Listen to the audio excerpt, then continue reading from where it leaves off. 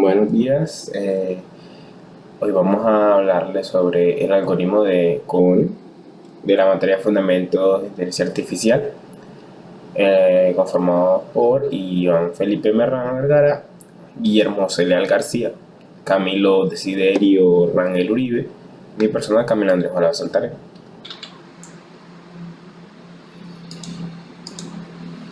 El contenido va a ser el siguiente: ¿quién es Théo Cohen? Introducción, qué es el algoritmo de Cohen, la historia, sus características, la arquitectura, aprendizaje, aplicaciones y la demostración práctica con un ejemplo. ¿Quién es Teuvo Kohonen? Teuvo Kohonen es un científico e ingeniero finlandés nacido en 1934.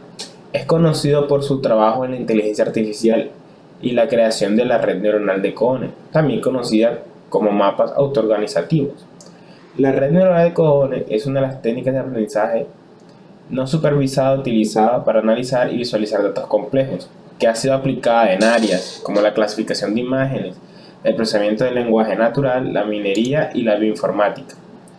Kohonen se graduó en la Universidad de Tecnología de Helsinki en 1959 con el título de Ingeniería Eléctrica y continuó sus estudios de posgrado en el Instituto Tecnológico de Helsinki y recibió su doctorado en 1962. Kohonen trabajó en la Universidad de Helsinki como profesor de investigación hasta 1995 y luego se convirtió en profesor emérito en el Instituto de Tecnología de Helsinki. Ha recibido numerosos premios y reconocimientos por su trabajo en la inteligencia artificial, incluido el premio IEEE Neural Network Pioneer en 2001. Existen evidencias que demuestran que en el cerebro existen neuronas que se organizan en muchas zonas, de forma en la que la información captada del entorno a través de los órganos sensoriales se representan internamente en forma de capas bidimensionales. Por ejemplo, en el sistema visual se detectan mapas del espacio visual en zonas de córtex, capa externa del cerebro. También en el sistema auditivo se detecta una organización según la frecuencia a la que cada neurona alcanza la mayor respuesta. Aunque en gran medida esta organización neuronal está predeterminada por genética, es probable que de ella se origine mediante el aprendizaje. Esto sugiere, por tanto, que el cerebro puede poseer la capacidad inherente de formar mapas topológicos de las informaciones recibidas del exterior. De hecho, esta teoría podría explicar su poder de operar con elementos semánticos. Algunas áreas del cerebro simplemente podrían crear y ordenar neuronas especializadas o grupos con características de alto nivel, y sus combinaciones se trataría en definitiva en construir atributos y características. ¿Qué es el algoritmo de Kohonen?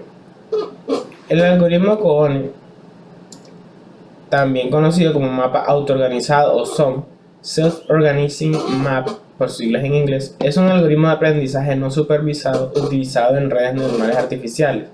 Este algoritmo permite organizar un conjunto de datos en un mapa bidimensional en que se agrupan elementos similares. El proceso de organización se realiza mediante una competición entre las neuronas de la red, que se activan de acuerdo a las similitudes con los datos de entrada. Las neuronas que más se asemejan a los datos se convierten en la neurona ganadora y ajustan su peso para acercarse aún más a los datos. Los resultados son un mapa topológico de las neuronas, en el que las neuronas vecinas en el mapa bidimensional tienen características similares. Este mapa puede utilizar para visualizar y analizar datos complejos y de alta dimensionalidad, lo cual puede ser útil en tareas como clasificación, la segmentación o la agrupación de datos. El algoritmo de Kohonen fue desarrollado por el científico finlandés Teuvo Kohonen en la década de 1980 y ha sido ampliamente utilizado en diversas áreas como la biología, la medicina, la ingeniería, la robótica, entre otros. La historia. La idea detrás del algoritmo se remonta a la década de 1940, cuando el matemático y neurocientífico Warren McColl y el lógico Walter Pitts desarrollaron la primera teoría de la neurona artificial. En la década de 1960, el científico estadounidense Frank Rosenblatt propuso el perceptrón, una red neuronal artificial conjunto de capa y entrada y una capa de salida que se utiliza para clasificar datos. Si bien el perceptrón era capaz de resolver problemas de clasificación lineal, no era capaz de resolver problemas de clasificación no lineal. Y en 1982, Dubocone propuso una solución a este problema, el desarrollar el algoritmo de mapa autoorganizado o SOM. Bueno, y para continuar con la explicación, con la exposición, está mi compañero Camilo, que va a explicarle las características. Buenas, yo soy Camilo Rangel y voy a empezar hablando de las características de este algoritmo. Algunas de las características principales del algoritmo de Conning son las siguientes. Reducción de la dimensionalidad. Se refiere a la capacidad de la red neuronal para representar datos de alta dimensionalidad en un mapa bidimensional de neuronas. Esto se logra mediante el proceso de organización de la red que agrupa los datos en función de su similitud y los mapea en un espacio bidimensional.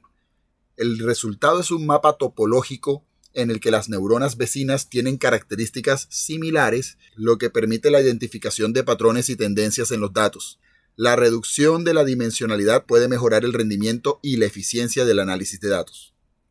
El aprendizaje no supervisado. El algoritmo de Conning es un algoritmo de aprendizaje no supervisado, lo que significa que no requiere un conjunto de datos etiquetados para aprender. En cambio, la red se organiza a partir de la información contenida en los datos de entrada. Autoorganización. El algoritmo de Conning se basa en el principio de autoorganización, lo que significa que la red neuronal se organiza automáticamente a medida de que se procesan los datos de entrada. Las neuronas vecinas en el mapa bidimensional comparten características similares, lo que permite una organización eficiente de los datos. Reducción de errores topológicos. En resumen, la reducción de errores topológicos en el algoritmo de Conning se refiere a la capacidad de la red neuronal de corregir errores en el mapa topológico generado durante el proceso de entrenamiento. Esto se logra utilizando la técnica del vecino más cercano, en la que la red busca la neurona más cercana al punto de entrada y actualiza los pesos de las conexiones entre las neuronas vecinas para corregir los errores topológicos. La reducción de errores topológicos es importante porque mejora la calidad del mapa topológico, lo que a su vez mejora la capacidad de la red neuronal para representar y analizar los datos de manera precisa. Eficiencia. La eficiencia es una característica importante del algoritmo de Conning debido a su capacidad para analizar grandes conjuntos de datos en un tiempo relativamente corto. Esta eficiencia se debe en parte al proceso de entrenamiento altamente paralelo y eficiente de la red neuronal, así como a su capacidad para reducir la dimensionalidad de los datos a través de la organización en un mapa topológico. Al reducir la cantidad de datos que la red necesita procesar, se mejora aún más la eficiencia del algoritmo de Conning en comparación con otros métodos de análisis de datos. Ahora vamos a hablar de la arquitectura. La arquitectura del algoritmo de Conning es una red neuronal de tipo competitivo no supervisado con una capa de entrada y una capa de salida organizada en un mapa topológico. Durante el entrenamiento, la red ajusta los pesos de las neuronas en la capa de salida para representar diferentes características de los datos de entrada. La organización topológica de las neuronas permite la identificación de patrones y tendencias en los datos, lo que hace que el algoritmo sea útil para el análisis de grandes conjuntos de datos. Ahora hablaremos de su aprendizaje. El aprendizaje del algoritmo de Conning se lleva a cabo en un proceso de entrenamiento no supervisado que tiene como objetivo organizar los datos de entrada en un mapa topológico y descubrir las características subyacentes de los mismos. Durante el proceso de entrenamiento, la red comienza con una inicialización aleatoria de los pesos de las neuronas en la capa de salida. A continuación, se presenta un conjunto de datos de entrada a la red y se calcula la distancia euclidiana entre el vector de entrada y los pesos de cada neurona en la capa de salida. La neurona con el vector de pesos más cercano al vector de entrada se conoce como la neurona ganadora. A continuación, se actualizan los pesos de la neurona ganadora y las neuronas vecinas en el mapa topológico, siguiendo una regla de aprendizaje basada en la distancia. Las neuronas más cercanas a la neurona ganadora tienen sus pesos más ajustados que las neuronas más lejanas. Este proceso se repite muchas veces y el número de iteraciones del entrenamiento se elige previamente. Por último, se evalúa la red. La evaluación de la red es el proceso de medir la capacidad de una red neuronal para realizar una tarea específica después de haber sido entrenada. Esto puede incluir el cálculo de métricas de rendimiento y la visualización y análisis de los resultados de la red. A medida que se presenta un mayor número de datos de entrada a la red, las neuronas en la capa de salida se organizan en grupos que representan diferentes características de los datos. Una vez finalizado el proceso de entrenamiento, la red puede usarse para visualizar y analizar patrones y tendencias en los datos. Por último, hablaré de algunas aplicaciones del algoritmo de Conen. El algoritmo de Conen tiene una amplia variedad de aplicaciones en diferentes campos, debido a su capacidad para encontrar patrones en los datos y crear una representación topológica de alta dimensionalidad en un espacio bidimensional. Algunas de las aplicaciones del algoritmo de Conen son: reducción de dimensiones. El algoritmo de Conen se utiliza para reducir la cantidad de variables o dimensiones en un conjunto de datos. Esto puede ser útil cuando se trabaja con conjuntos de datos de alta dimensionalidad, ya que puede hacer que los datos sean más manejables y reducir el ruido y la redundancia en los mismos. Clustering. El algoritmo de Conen se utiliza para agrupar datos en diferentes grupos o clusters en función de su similitud. El algoritmo de Conen se utiliza para crear un mapa autoorganizado que representa los datos de entrada en un espacio bidimensional y organiza las neuronas en el mapa autoorganizado en función de su similitud. Reconocimiento de patrones.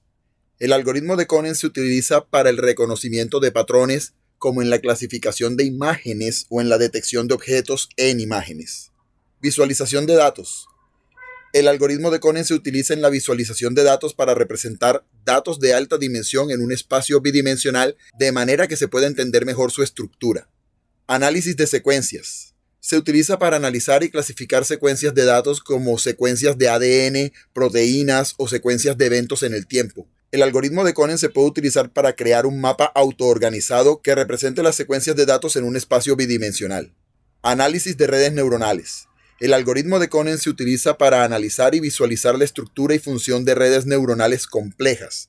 El algoritmo de Conen se utiliza para crear un mapa autoorganizado que representa la topología y las propiedades de la red neuronal en un espacio bidimensional. Ahora le cedo la palabra a mi compañero Iván Merlano, que va a hablar sobre el componente práctico de este algoritmo.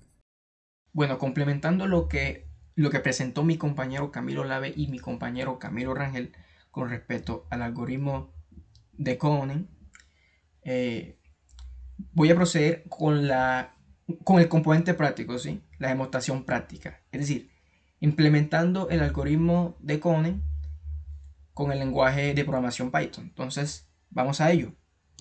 Lo he decidido hacer en el Google Colab, ya que es un poco más eficiente, más directo, ¿sí? Entonces, bueno, pues dando un repaso pequeñito de lo que mis compañeros presentaron, ¿sí? Pues aquí vemos la arquitectura, es decir, el modelo, la arquitectura del algoritmo de Conen.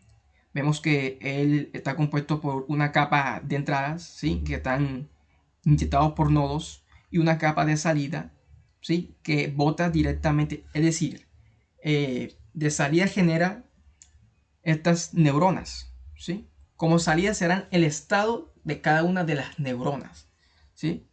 Entonces, pues aquí vemos que estas conexiones de aquí corresponden a una sinapsis con respecto a los pesos, ¿sí?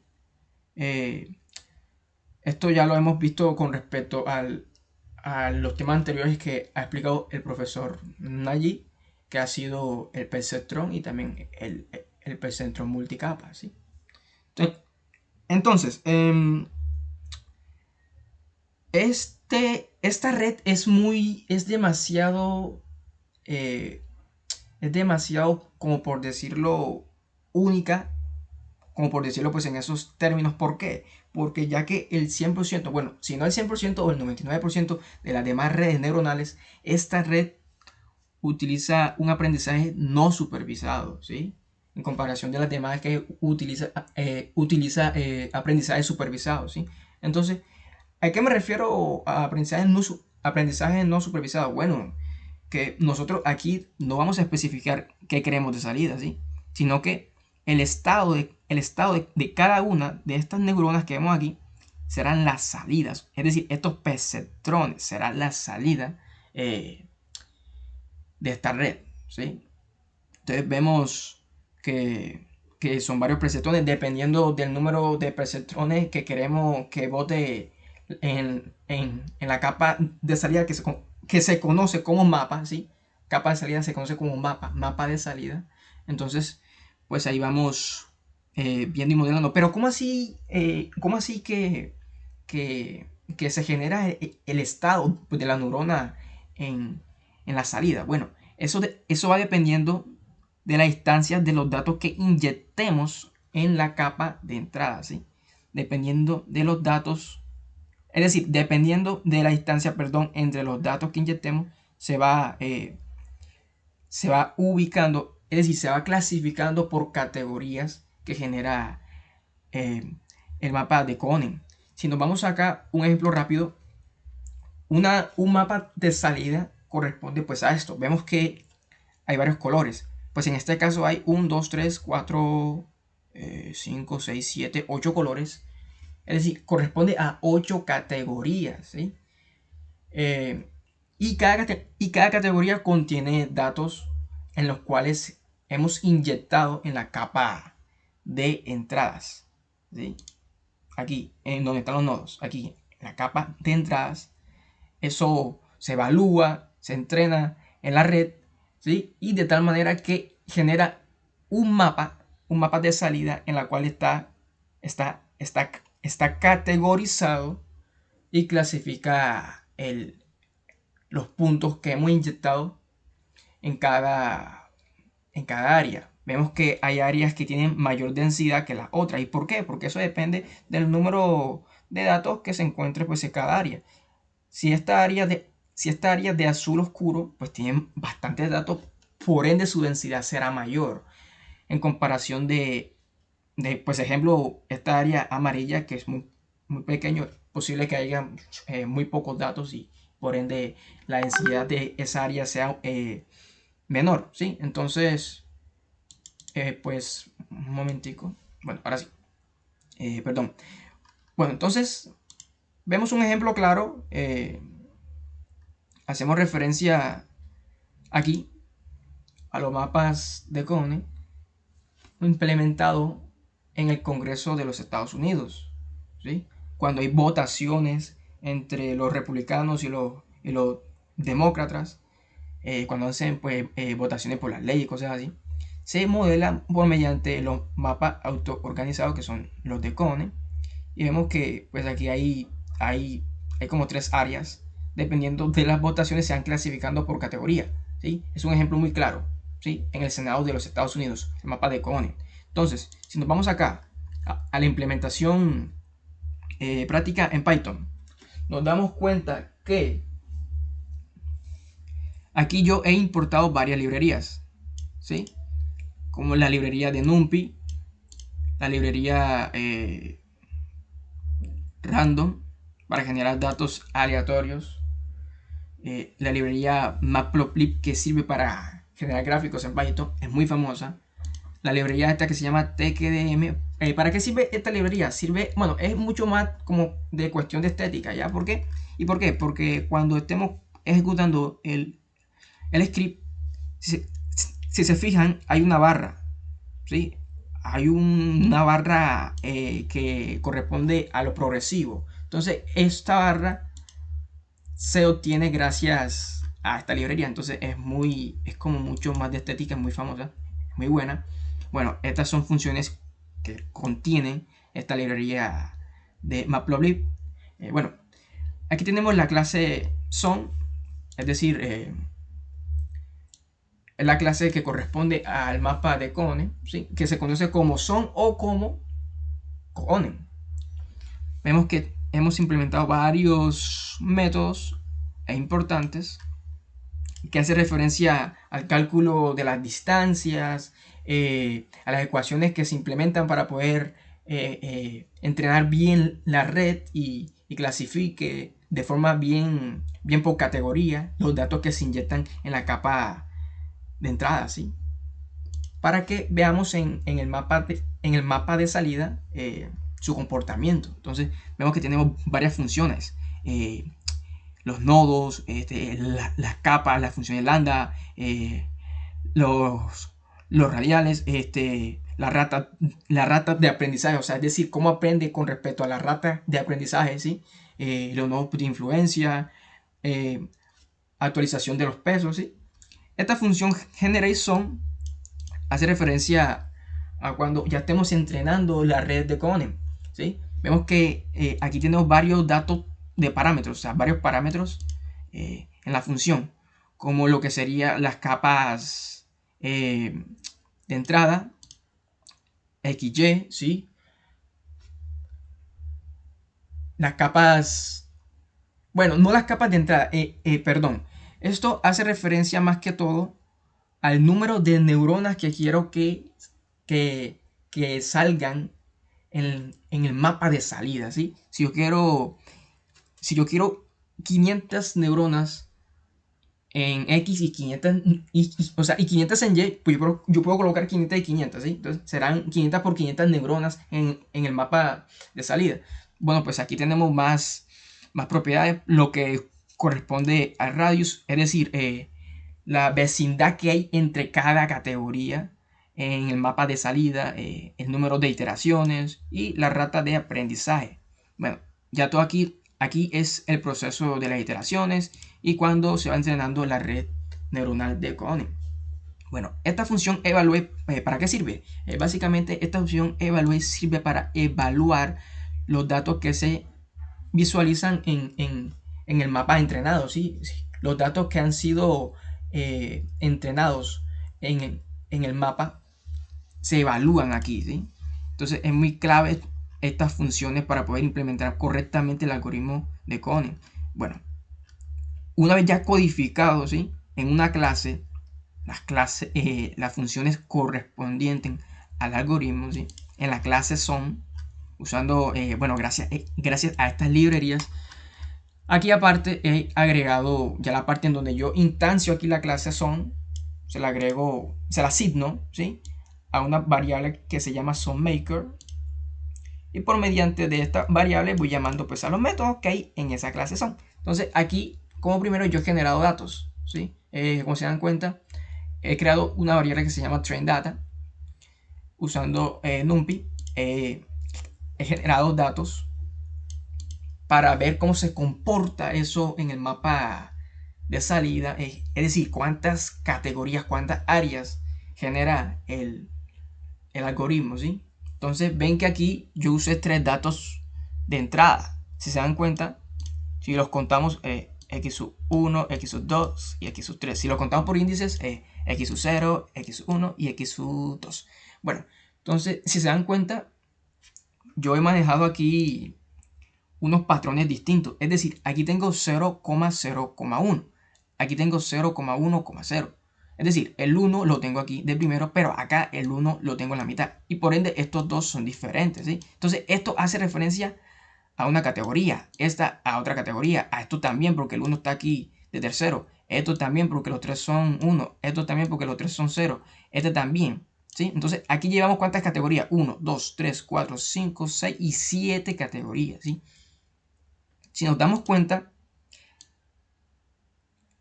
aquí tenemos otra categoría, que es 0,0,1. Pero si se dan cuenta, este dato es el mismo ¿sí? Porque, pues aquí tenemos 0,0,0.8, pero si redondeamos esto, si lo aproximamos, va a quedar 1. Entonces, este dato es el mismo y por ende, este dato quedará clasificado en la propia categoría que corresponde a, pues a ¿sí? Pues aquí vemos que este también es lo mismo que esto. ¿Y por qué? Porque mire, 0 con 0, lo mismo. 0 aquí también la mitad, lo mismo. Aquí tenemos 0.91.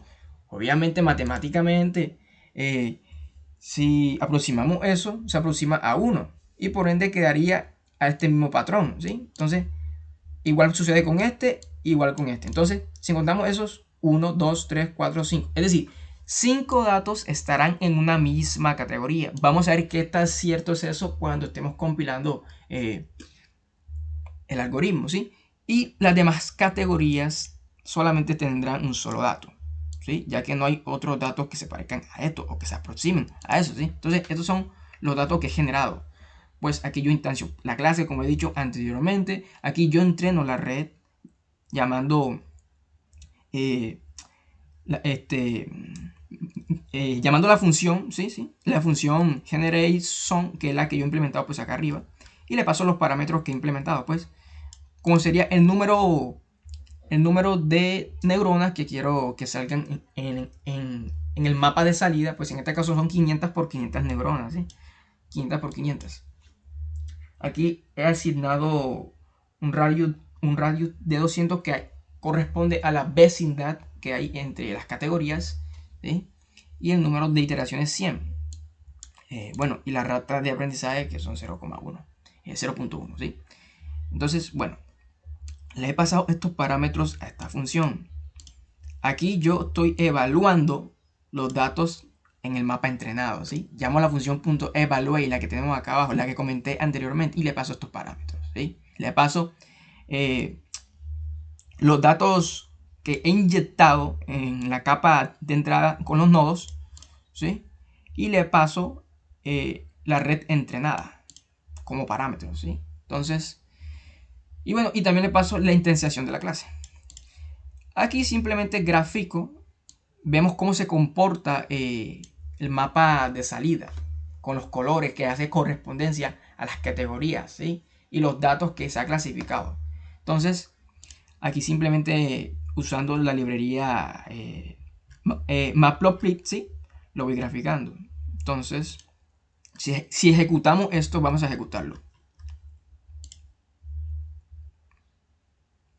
Si ejecutamos esto, vamos a ver cómo es su comportamiento.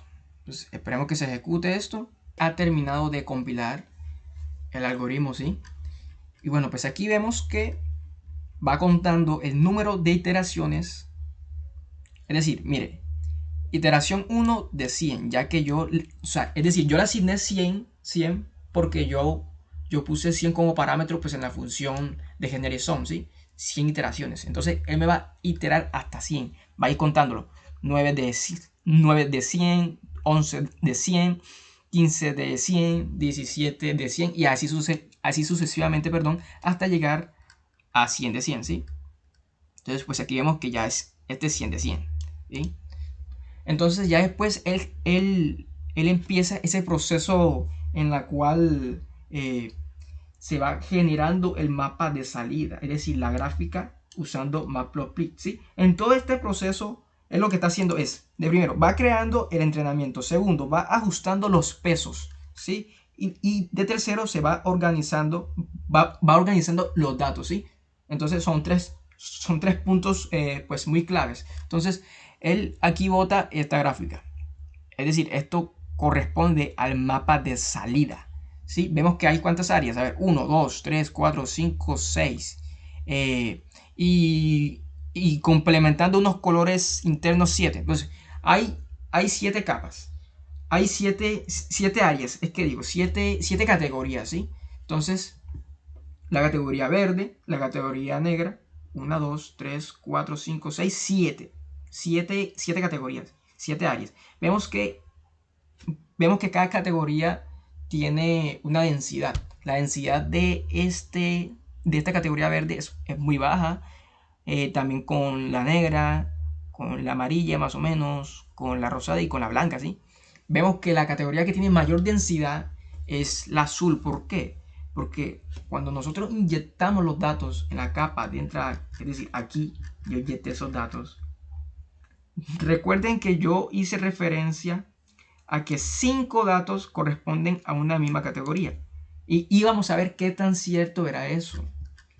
Y bueno, pues aquí comprobamos que es bien cierto, ya que hay 1, 2, 3, 4, 5 datos en una misma categoría, ¿sí? Y por ende hace que esta categoría tenga mayor densidad. Ya los demás datos inyectados corresponden a las demás categorías, pero ya serían un solo dato por categoría, ya que no hemos inyectado datos que se aproximen o que se parezcan al patrón establecido por categoría, ¿sí? Entonces es un punto clave. Entonces nosotros también podemos jugar con esto, ¿sí?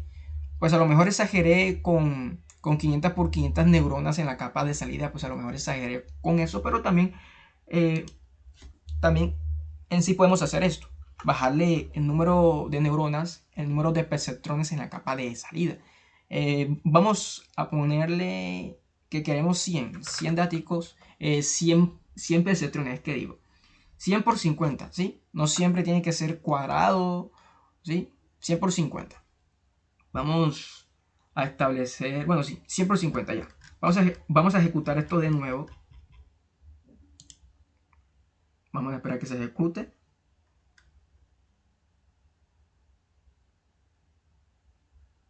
Ya está terminando. Ya está en proceso, ¿sí? 50 de 50. Un momento. Y bueno, sí, duró menos porque cuando compilé anteriormente con las 500 por 500 neuronas en la capa de salida me duró, duró como 6 minutos en compilarse, pero este duró 19 segundos, ¿sí? Entonces vemos que cambió un poco, ¿sí? Vemos que hay que 1, 2, 3, 4, 5 datos en la misma categoría y los demás están repartidos por diferentes categorías. Si vemos, aquí ya se ve como un color ya casi verdecito naciendo, ya esto es amarillo, ya esto aquí es rosado y aquí es como un rosado más más como que con violeta, algo así. Y esta acá ya va cambiando un poco las propiedades de estos colores. Pero aquí sí tenemos los 5 datos inyectados que corresponden a una misma categoría. ¿Sí? Y también podemos jugar y modelar con esta cosa y jugar con lo que queramos. Supongamos que quiero 100% neuronas. Vamos a ver cómo se comporta eso en la capa, en el mapa de salida. ¿Sí? Esperemos a que se compile.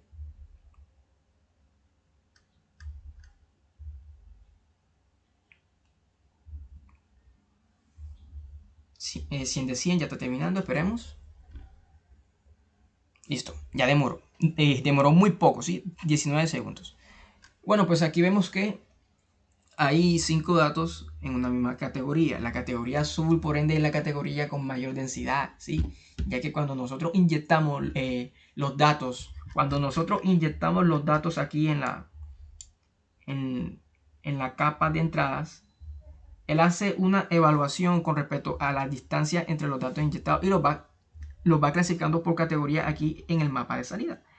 Bueno, y pues de primero yo puse que eran 500 por 500 neuronas, es decir, 500 por 500 neuronas, o sea, aquí hay una neurona, otra neurona, es decir, 500 neuronas por 500 neuronas. Son una cantidad de neuronas en la capa, en el mapa de salida, perdón. ¿Sí? Y bueno, cuando yo inyecté esos datos en la capa de entrada, él hace esa evaluación de las distancias y lo va clasificando por categoría en el mapa. ¿Sí? Entonces, él hace ese repetido entrenamiento y esto es lo que él genera, ¿sí? Esta clasificación. Esto es bastante útil cuando queremos clasificar datos, por categoría, sea que cada categoría pues corresponda a algo que queremos pues clasificar. Como un ejemplo claro, acá tenemos este ejemplo de los países. Vemos que el algoritmo de Cohen va clasificando los países dependiendo de la distancia y eso, y los va clasificando en la área de los colores. Pues teniendo en cuenta que hay países que están con el mismo color. ¿Por qué? Porque son países que están muy cercanos, como de Marruecos, Egipto. Marruecos y Egipto están muy cercanos, por ende lo clasifican en una misma categoría. Lo mismo pasa con Colombia, con Perú y así, ¿sí? Esto más que todo es Europa, esto es África, esto es aquí es... Bueno, este es Asia, ¿sí? Asia, este es Sudamérica. Aquí vemos que esto aquí es Senegal, África. Y aquí más que todo la parte de Asia y algunos países de Europa. Aquí esta partecita pues, de Europa. Pues obviamente no están todos los países, pero sí están pues algunos. Entonces, dependiendo a la distancia entre los datos inyectados, se va clasificando por categoría en el mapa de salida. empleando el algoritmo de Cohen, ¿sí? Entonces, esto tiene bastante utilidad. Como hemos comentado anteriormente, en el Congreso de los Estados Unidos se utiliza para clasificar por categoría los votos entre los demócratas y los republicanos.